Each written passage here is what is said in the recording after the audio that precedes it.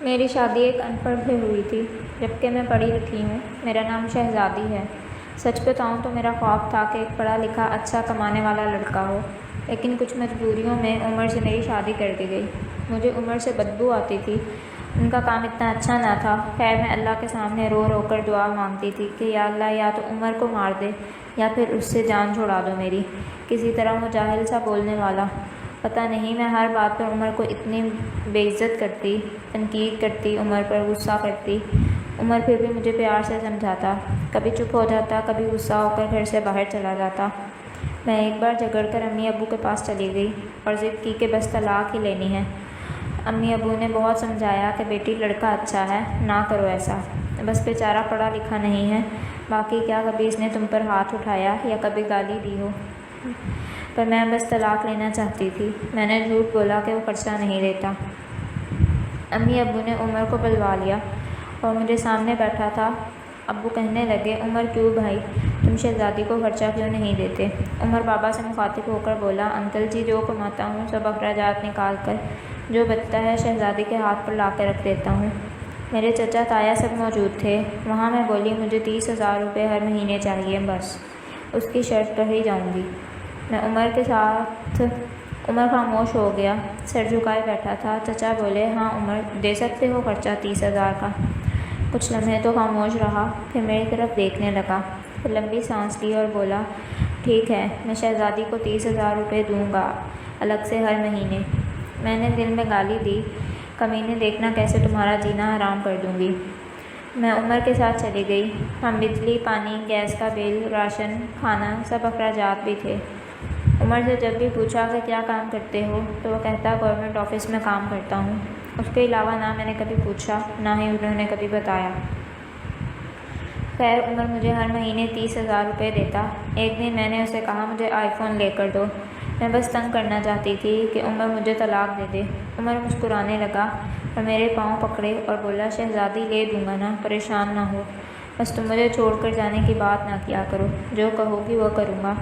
میں کبھی کھانے میں مرچ ڈال دیتی تو کبھی نمک۔ وہ تھکا ہارا کام سے آتا، کھانا کھا کر بے ہوش ہو کر سو جاتا۔ نہ جانے کون سا کام کرتا تھا کہ اتنا تھک جاتا۔ میں جتنی نفرت کرتی تھی اس سے، اتنی ہی وہ مجھ سے محبت کرتا تھا۔ میں ایک دن اپنی دوست کے ساتھ کار میں شاپنگ کرنے جا رہی تھی، شہر کے سب سے مہنگے اور بڑے مال میں۔ جب ہم ایک بس کے اڈے کے پاس سے گزرے تو میری زندگی نے جو لمحہ دیکھا میں بے جان ہو گئی۔ وہ عمر جس سے میں بہت نفرت کرتی تھی، جس کو میں جاہل، ان پڑھ کہا کرتی تھی، جس کو کبھی میں نے پیار سے کھانا تک نہ دیا تھا، جس کا کبھی حال تک نہ پوچھا تھا، جسے میں انسان سمجھتی ہی نہیں تھی، جسے میں قبول ہی نہیں کرنا چاہتی تھی، وہ عمر سر پر بوجھ اٹھائے کسی کا سامان بس پر چڑھا رہا تھا۔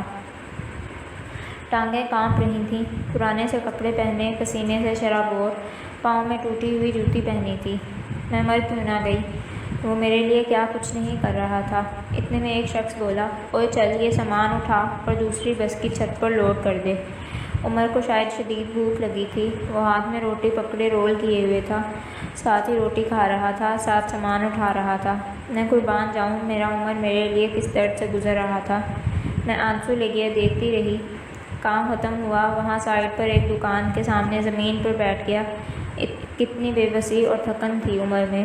سارا دن وہ وہاں درد سہتا، رات کو میری باتیں سنتا۔ یا اللہ یہ حادثہ تھا یا بس اللہ کی مرضی، میرا دل بدل گیا۔ میں بن بتائے اور بن کچھ خریدے گھر واپس آ گئی۔ بہت روئی، بہت زیادہ۔ عمر کو پلاؤ بہت پسند تھا، میں نے پلاؤ بنایا۔ عمر کے گھر آنے پر میں اسے کھانا نہیں دیتی تھی، وہ خود گرم کر کر کھایا کرتا تھا۔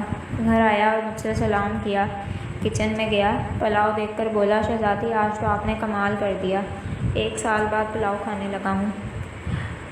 وہ کھانا پلیٹ میں ڈال کر میرے پاس آ کر بیٹھ گیا، کھانا کھانے لگا۔ میں عمر کی طرف دیکھے جا رہی تھی کہ وہ کتنا درد سہتا ہے اور بتاتا بھی نہیں، میں اسے کتنی اذیت دیتی ہوں اور وہ کوئی شکوہ بھی نہیں کرتا۔